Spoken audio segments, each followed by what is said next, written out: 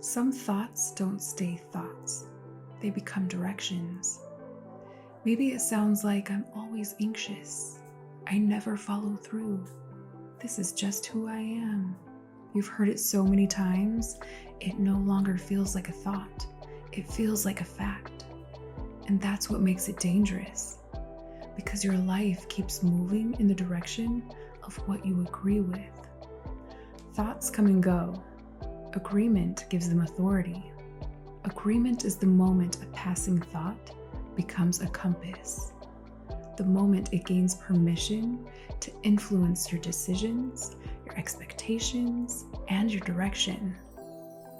In Proverbs 23:7, it says, "As a man thinks in his heart, so is he."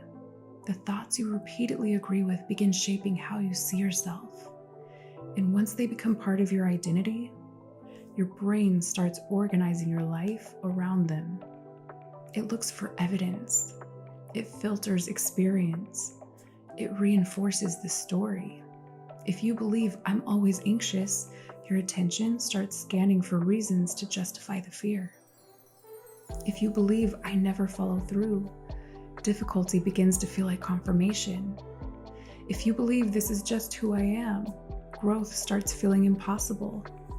The belief becomes a blueprint, and your actions start building from it.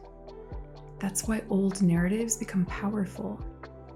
Many were formed during moments of pain, failure, rejection, survival. The experience was real.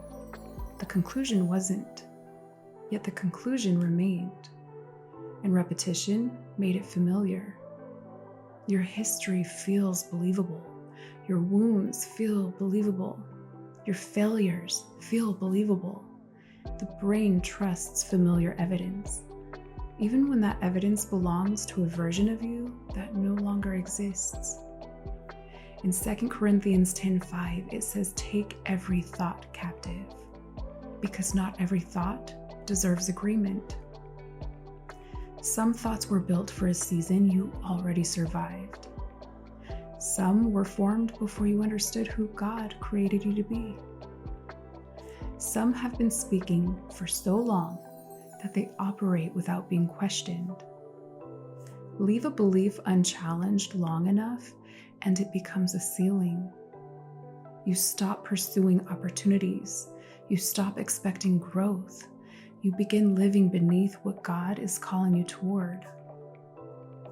Agency begins with examination. You stop automatically agreeing with every thought that enters your mind. You ask where it came from. You ask whether it's true. You ask whether it aligns with what God says about you. In John 8:32, it says, "You shall know the truth, and the truth shall set you free." Freedom begins when truth becomes more believable than the narrative you've carried.